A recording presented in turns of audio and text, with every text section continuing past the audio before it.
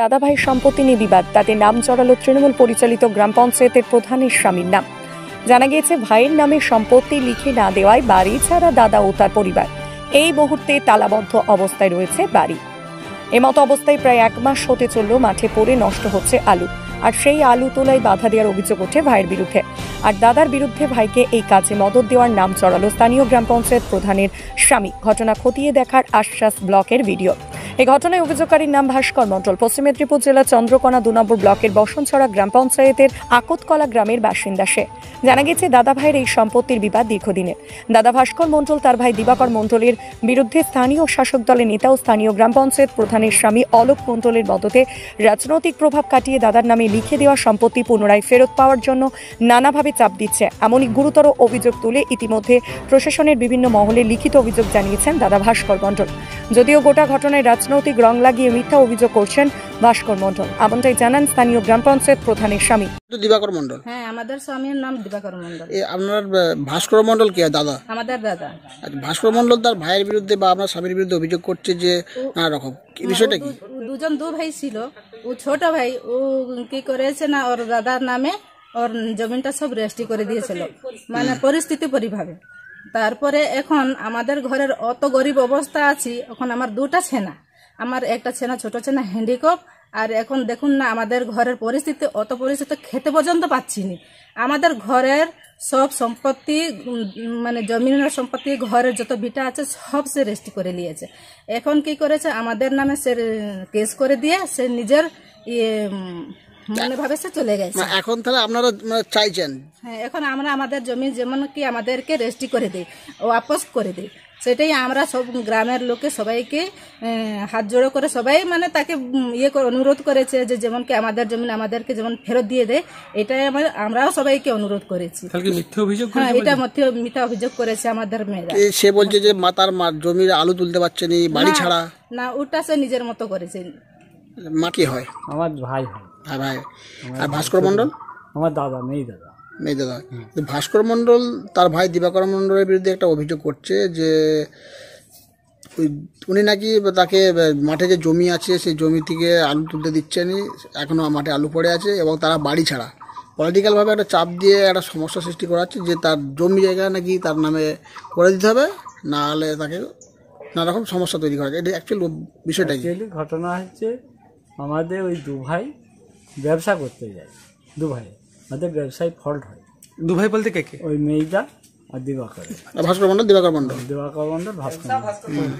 এবারে ব্যবসাটা ছিল ভাস্কর মণ্ডলের চালান চিঠি সব তার, ও তার সঙ্গে ব্যবসা করছিল, 2 ভাই ব্যবসাটা করছিল। করতে গিয়ে সেই ব্যবসাটা ফল্ট হয়ে যাওয়ার পরে মানুষের পয়সা কড়ি কিছু দিতে পারেনি। ও প্রথমে সবাই কাছে মালপত্র করতো, অতএব ওর জমিটা দখল করছিল। তার ভাইয়ের বিরুদ্ধে, দিবাকর বাবুর বিরুদ্ধে। এটা আমরা তো গ্রামের মানুষ। একটা মিথ্যা সম্পূর্ণ অভিযোগ, যেটা সত্যি গোটা গ্রামবাসী থেকে আরম্ভ করে যেটা সত্য সেটা হচ্ছে সে সত্যি বলেছে। গোটা পার্টি থেকে একবারে থানা পর্যন্ত সবাই জানে তার পুরা কথাটাই সত্যি। আর সে মিথ্যা আলুটা এখানে লোককে দিয়ে খুলে দিয়ে সে আমাদের নামে মিথ্যা কেস ফাজিয়ে, এখানে কেসের এখনো আছে আমাদের। কতজনের নামে কেস করেছে? আমার স্ত্রী, আমরা আমাদের 8 মাইল দূরে বাড়ি, আর আমার ভাইয়ের বউ এখানের সঙ্গে আমাদের সঙ্গে না, ঘর বাড়ি ছেড়ে চলে গেছি। ওরা তবুও আমাদেরকে ছাড়েনি। সেই মানে লোকটা যে 70-80 বছর হয়ে গেছে, যে শান্তিভাবে থাকবে, লোকটা কোনো মতে সে বাঁচার চেষ্টা করছে। কত জায়গা জমি, মানে কত বিঘে জমি নিয়ে গন্ডগোল? জমিটা বিঘার সঙ্গে সঙ্গে নাই, ওর জমি হচ্ছে দানপত্র তাকে করে গেছে ভাইকে 4.5 বিঘা। তখন কোথায় ছিল? ওর ভিটাটা পর্যন্ত সে নিয়ে নিয়েছে, ফুল ভিটাটা নিয়ে নিয়েছে, একটা কিছু নাই ওর ভাইকে। তাহলে কিছু দিচ্ছে না, ফাঁকি পুরা। কাগজপত্র কার নামে আছে? কাগজপত্র সে দান করেছে মানে তার নামে, কিন্তু দেশবাসী সবাই অনুরোধ করে তাকে বলেছে তুমি ওকে জমিটা লিখে দাও। আমরা গ্রাম থেকে বসেছিলেন? হ্যাঁ হ্যাঁ হ্যাঁ, আপনারা ছিল, সেও স্বীকার হয়েছিল, সেও স্বীকার হয়েছে। মানে আপনারা সালিশ ফালিশি করেছিলেন বলে আপনার নামে কেস দিয়েছে? না, সালিশি কিছু করিনি। তাহলে আপনার নামে কেস দিল কেন?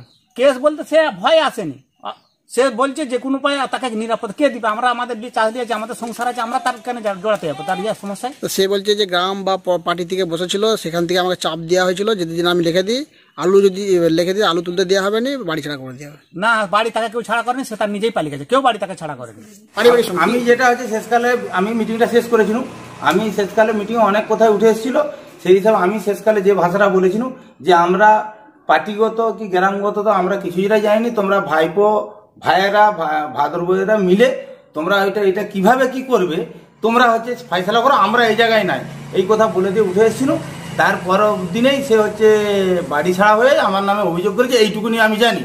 আমাকে থানা থেকেও হচ্ছে করেছে এবং আমাকে আমার পার্টিগতভাবেও আমাকে আমাদের এমএলএ সাহেব আমাকে বলছে ওই জায়গায় গেই যেখানে, আমি সেদিন বলেছি দাদা আমি আর যাবো নি ওনকে, সেই হিসাবে আমার এইটুকু জানা আছে, আর কিছু আমার জানা নাই। আর আলু খোলার ব্যাপারটা সেটা হচ্ছে নিজে ভয়ে পালিয়ে গেছে, নিজেতে ভাদর বউ এবং ভাইপোদে ভয়ে পালিয়ে গেছেন। আর আলু খোলাকে কেউ হচ্ছে আপত্তি করেনি। জমিটা রেজিস্ট্রি করে দেওয়ার কথা বলেছে, ভাইয়ের ব্যাপারে ভাইপোদ আছে তাদেরকে জমিটা রেজিস্ট্রি করে দেওয়া আমরা অনুরোধ করেছিলাম, সে সেই ভয়ে পালিয়ে গেছে, অন্য কোথাও কিছু না। মূল সমস্যাটা কি? জমি যে রেজিস্ট্রি বলছেন এটা তো ভাস্কর মন্ডলের নামে আছে কাগজপত্র। হ্যাঁ ভাস্কর মন্ডলের নামে আছে, হয়তো ভাইয়াচারি ব্যাপার, ওইটা আমি বলতে পারবো না।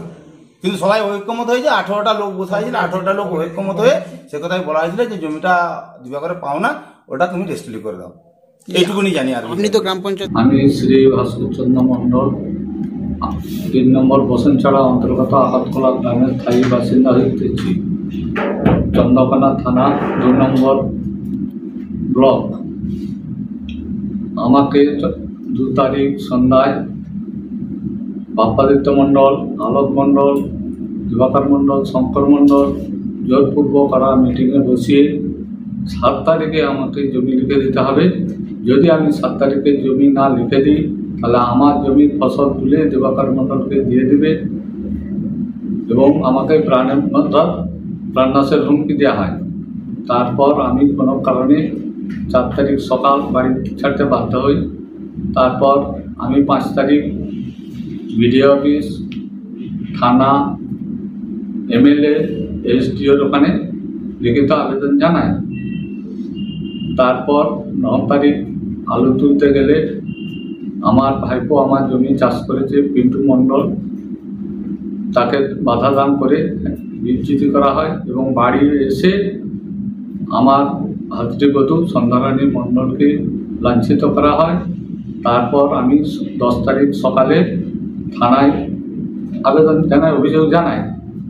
সেই অভিযোগের ভিত্তিতে আজ পর্যন্ত থানা কোনো প্রশাসন কোনো ব্যবস্থা নেয়নি।